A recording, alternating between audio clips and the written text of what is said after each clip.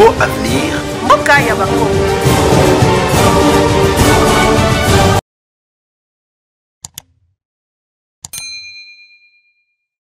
Mbote na bino nyonso, mbote balandi ya Congo Avenir, mbote bandeko na ngai partout dans le monde esika bozwa bomesono bozwa habitude ya kolanda biso ya kolanda masolo na biso ya Congo Avenir. Merci pour la confiance na fidélité oyo bozali kopesa biso. Oui, lelo toza wana toza susu entre biso na bino na rendez-vous na biso oyo tozwaka tous les jours pour na kopanza basango pour na kozwa pe ba conseil na bino. Donc toza wana masolo ekokende malamu j'espère. Ça coule d'encre et des salives. Message à chef de l'État Mboka ici Koufa. Chef de l'État soki tozonge sous loko tolobi yango, c'est parce que chef de l'État abandaki ko répondre maman oyo basi ya basoda basi ba militaire o bazoi quand même maloba tango président République azali na loja toyo kanano ndenge nini suite ya makambo zalaki basi ba militaire wana makamni balobaki na ndenge tinaki chef de l'État asila ko na bango pa bana Yambi. Toyambi wana kombo na Yesu. Amen. Ngai nazali mama président de la police. Papa to souffrir. Eloko ya liboso tozo kufisa bana pana possibilité.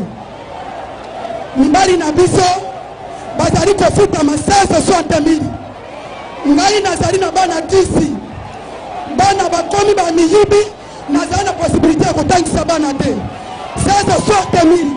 Tokotangisa bana ndenge nini papa tokosuela ekolata ndenge nini tozali kofutela banda colocataire moya biso kosala ezali te papa mukolo yo ofandaki nebonga tosepelaki mingi te oyo biso nzambe asali aye kotobonga ndeke abonga papa tina loyo tozali na souffrance mibali sali te ata tani ya malonge eza te bagrade ezate papa toyebi ndenge akosala te mobali soki akai na mosala soki akai kokanga moto balobi akai kosala bakaseri bana bazala na nzala 160,000 ata ini semaine ezokoka te papa mama denise yoende mama na biso ara yoye yokela biso mawa tala maputo oyo todefine ya kodefa todefine ya kodefa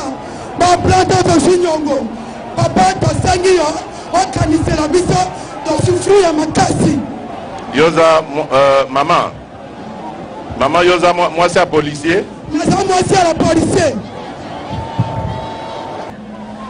Na wuti koyebisa bino awa tozali ko lancer année oyo na année prochaine programme ya développement ya 145 territoires et komema biso ti na kotombola Congo na biso oyo ba problème nyonso na yoki ya ba mama surtout oyo esalinga pasi ezali likambo oyo etali ba salaire ya ba mibali na bango mama na yebi likambo wana na yebi que 160,000 ezali mbongo oyo esengeli kofuta nango moto na Congo te fonctionnaire akoka koleisa famille na me boyeba ke situation wana ezalaki oyo toyaki kokuta banda toya tobandi mosala ya kokanga kozipa bisika nyonso mbongo ya Congo pe ya bakongole ezalaki kobima mbongo wana oyo ezalaki kosala ke bato bafutaka bango mbongo moke lelo tobandi komatisa ba recette ya mboka na biso.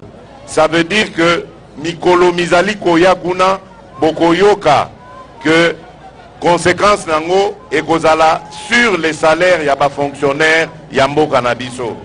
Donc bozala na patience toye pona kosalela Congo pe ba congolais toye pona koyiba mboko te koboma yango te. D'ailleurs eloko kobomeza susu te po ese kufa toye nde kotombola yango kozongisa yango nesika esengeli ezala bosala ngai confiance. Bomoni wana réponse ya chef de l'État mboka ici ekufa. Chef de l'État lobi yango très bien.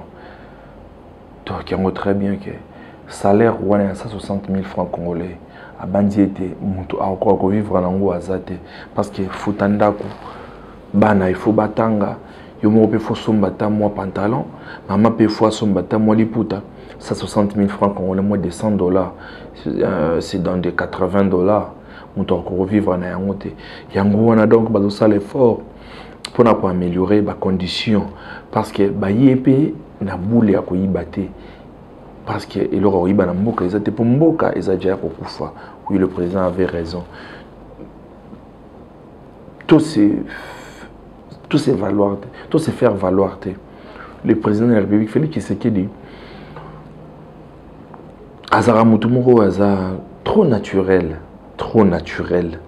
Pour mon aïe, aussi là, pour mon aïe, Félix Tshisekedi, Motard, c'est là où il y a un président qui dit Aïe Atali. Awa tango auti ça la tournée na yawa ba makamba ba COP 26 ni ba Glasgow retourne na donc parce qu'il y a autant qui vraiment ils qui diplomatie moko réussi tomba ki ko yambaye cortège ya président de la République jeep na et niati motard ba simbi ba yebata tu vois donc à un sens il y a humanisme, il est trop naturel. Il ne force pas. Il n'est pas trop protocolaire. Donc, vous pouvez tenir rigueur, ndengezala ki wana no, izawana, omoni,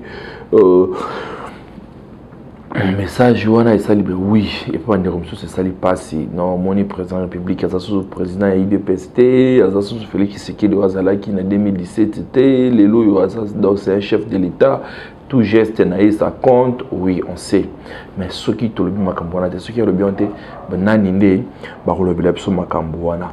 Oui, parce que tout le monde ba comportement ya makasi mabe. Donc tout le monde les lots a comme donneur de leçons, tout le monde les lots aza koloba oyo ye alingi grâce pe ya démocratie oyo ezali biso na kati ya République démocratique du Congo na mboka awa. Félix Tshisekedi, avec le message d'espoir incarné dans Yango, le lobby Félix Tshisekedi, après quoi assister à l'obsèque, il y a Monseigneur Tarsis Oyo Yambujima, le 29 le 29 décembre, président de la République directement en Savoie qui voyage mourir à ministre sommet na Malawi. Na minute de la SADC parce que tout beau sanité donc il sera il va prendre la présidence à SADC donc Félix Tshisekedi awa tango na 2019 tango azalaki élu vice-président ya Union africaine et puis en 2021 awa asilaki kozwa présidence ya Union africaine awa na 2022 na février akotika yango et puis quelques mois plus tard donc je crois entre juin août il va prendre la présidence ya SADC donc tozomona wana ndenge nini Mokonza Mboka a vraiment commenté en puissance. Seuls les aînés ne vont comprendre la yangote parce que Félix Tshisekedi azana elo komoko oyo il fallait asalela ba congolais azana elo komoko oyo il fallait asalela peuple africain. Félix Tshisekedi azalaki élu comme président ya CEMAC na ko remplacer Denis Sassou Nguesso et donc kalamingi te awa ako sous présidence parce qu'il a déjà vice-président il y a SADC donc tant qu'on a remettre présidence il y a Union africaine à recommande donc au président il y a SADC wana tozomona ndenge nini eza par rapport ya musala oyo aza kusala. En sa qualité de président en exercice de l'Union africaine, président de la République démocratique du Congo, mais aussi prochain président de la SADC, son Excellence M. Félix Antoine Tshisekedi Tshilombo est arrivé ce mardi en janvier 2022 à Lilongwe, capitale de la République du Malawi, pour participer à la réunion extraordinaire du sommet de la communauté de développement de l'Afrique australe, SADC. À sa descente d'avion à l'aéroport de Kamuzu-Banda, Félix Tshisekedi a été accueilli par le ministre malawite des Mines, l'honorable Cavallo, aussi une forte délégation de la communauté congolaise, notamment le ministre des Affaires étrangères, ministre de la Défense et ministre de l'Intégration régionale, venus peu avant participer aux travaux préparatoires de ces sommets. Des chants et cris de joie pour soutenir et encourager l'arrivée du chef de l'État, Félix Antoine Tshisekedi, par la délégation de la diaspora congolaise résidant au Malawi, ont marqué ces temps.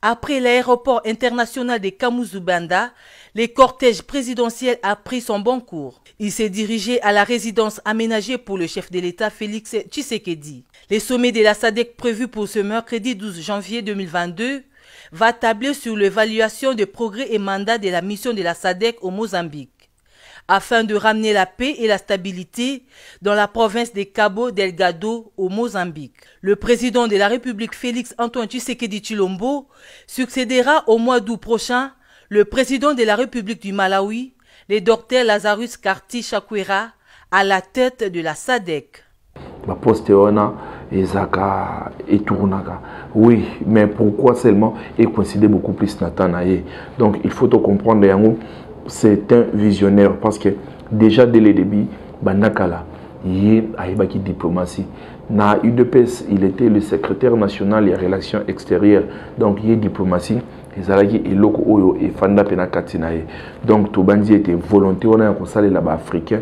Il y a un peu donc écousala ma kasi pona kosala là-bas congolais nyonso na kati donc il y a mboka na biso to sila ki comportement auto c'est robetela c'était on a ezabuzoba ezabuzoba makasi ezabuzoba makasi aussi longtemps ba étudiant baza avenir ya lobby comment est-ce que bino bokende ko kata kaka mutu bo moyiboye bo moni ba biloko mususu lelo tozomona Major Karine ou comment qui c'est là comme colonel. Oui, c'est bien cause de la fonction. Mais moi la fonction mususu ndezawana et ça va ordre mususu. Tout ordre n'est pas exécutable. Ba kopé ce ordre mususu, ils appellent exécutable était ordre mal donné au kopé ko exécutant moté. Tout c'est le moment na Major Karine tant baza ko dégradé, baza ko ni ba katelepene. Azoni ngisamutu. Donc apparemment c'est comme si elle regrettait de quelque chose. Nous avons regretté les locaux moroboye où ils avaient pesaraé ordre salaboye les lois yenem to asa redevable tala nenge esukelié donc wana ba comportement wana yango tozomona justice nso to senga justice et si là vraiment ko sala ba pona libota oyo libota ndeko na biso oyo na limité des bonhommes na troisième rue dans des bonhommes kuna makambo oyo esili kosalama esele kosalama wana eza makambo ya biente ya ndeko oyo akotika akosila kotika bomoi na ye pona bato moko boyo oyo baza ko benga maki à venir à lobby soit disant des étudiants or ce sont des civiques justice il faut isala musala na yango basila kozonga sa famille wana na ba droit na bango oyo boki ozo moto boki kotumba bozui moto mabokati bomoi bolongoli souffle dikola ba bêtise ba buzoba na bino wana dikola ba buzoba donc justice il faut vraiment essayer sala musala et traquer ba garçon na nyonso de traquer ba garçon ni ba garçon parce que bazo mérite tata que cause la paix étudiant donc ba o nyonso ba koza bango ba sila ko sala musala na bango peine na bango ba sila koza tout monde na bango justice et c'est là qu'on les bango et tout le monde a bango comment venir aussi les caracos donc présenter ma condoléance na libo tawana mobimba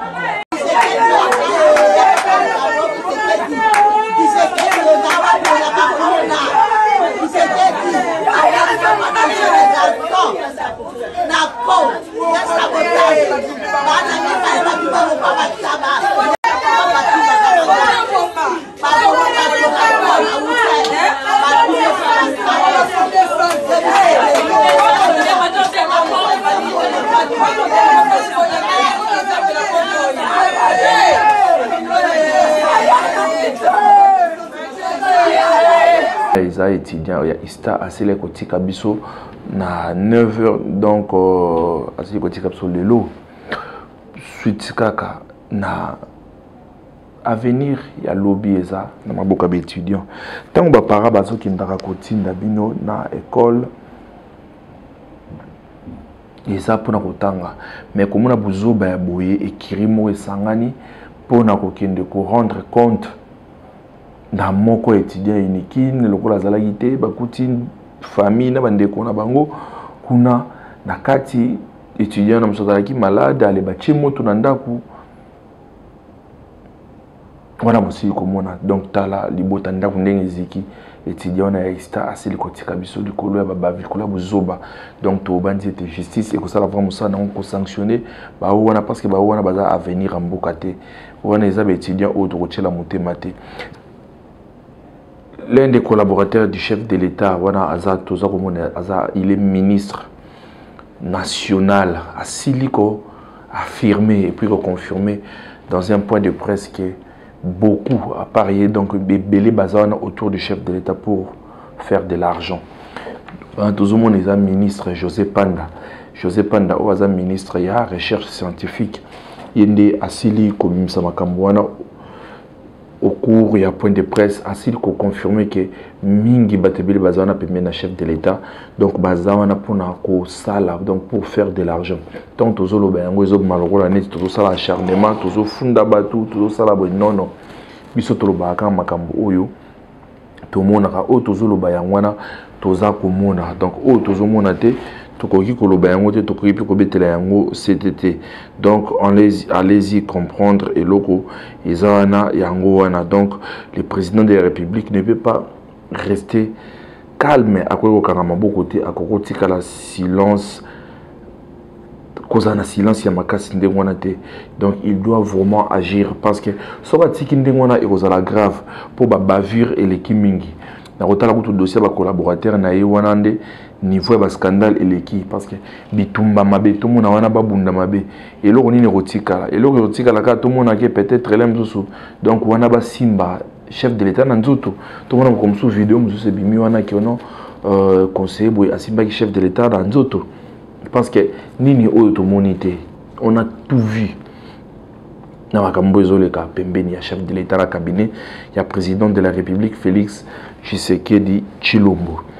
Les collaborateurs, il y a chef de l'État, Bazo Sungaete, parce que tu es bien, chef de l'État, très bien, il a maîtrisé très bien. Donc, il doit faire quelque chose pour Nakota là, Mboka na biso, on a fait de l'année Balobaki Angwawa. Non, vous voyez, des abonnés 20 millions de dollars, c'est le Kobeba pendant qu'ils sont à poisson. Un gars poisson, il y a un hôtel, c'est tout le monde. Bisso na commune, bisso côté, bisso Ezala quitté. Ezala quitté. Au moment où tous le bango, au moment où bisso dans Ambissia, dans les lacs les plus poissonnés. Lac Tanganyika, tous dans le lac Albert, tous dans le lac Kivu. Ah, na mwanda, donc Mbissi Ezali. Et là, on est aux gens pour nos bateaux de pêche. Premier ministre Sama Lukonde, aider les chefs de l'État. Parce que si on veut aider les chefs de l'État, donc c'est mieux que le moment où les chefs de l'État, Asani, là pour changer les joueurs, parce que tout va se chef de l'État, il faut au long là-bas. Parce que ceux qui ont la mawa, mawana, et vous ont là, yondo vous la redevable, toujours c'était yondo vous la redevable, et pas peuple congolais. Yondo vous la sanctionner. Ndenge lelo bato bazolonga pa kabila bazoya pa na yo. Ndenge pa na yo pe ba o nyonso baza pembeni na yo wana ba rolonga ba okende pa oyo ako remplacer yo parce que to bo sanité to yebi yango donc tu n'es qu'un locataire ya palais de la nation. Lobby okotika palais de la nation. Bato wana tamba komona yo za susu na masolote nyonso baza pembeni na yo wana muto otika Rolando Azate. Muto otika Rolando Azate. Et puis l'histoire retiendra quoi de Félix Tshisekedi, le passage en tant que président de la République. Pour tant que rouler la DG Leki, tant que rouler les Leki, tant que rouler les Leki, tout banda qui totali, oui blocage, oui boy, oui. Ouais, mais nous pensons que on veut commis déjà donc place au travail. Plus de 143 81 369 17 43. J'ai bien dit des ans, on a besoin de venir. Merci pour la confiance, la fidélité. Oyo boza kopé sabiso donc botala ndambo otozala ki nango vraiment ya kokabula na mukolo ya lelo donc tout travail makasi que la paix quitte nos esprits et que Dieu bénisse la République démocratique du Congo. Congo Avenir, Mboka ya Bakongo.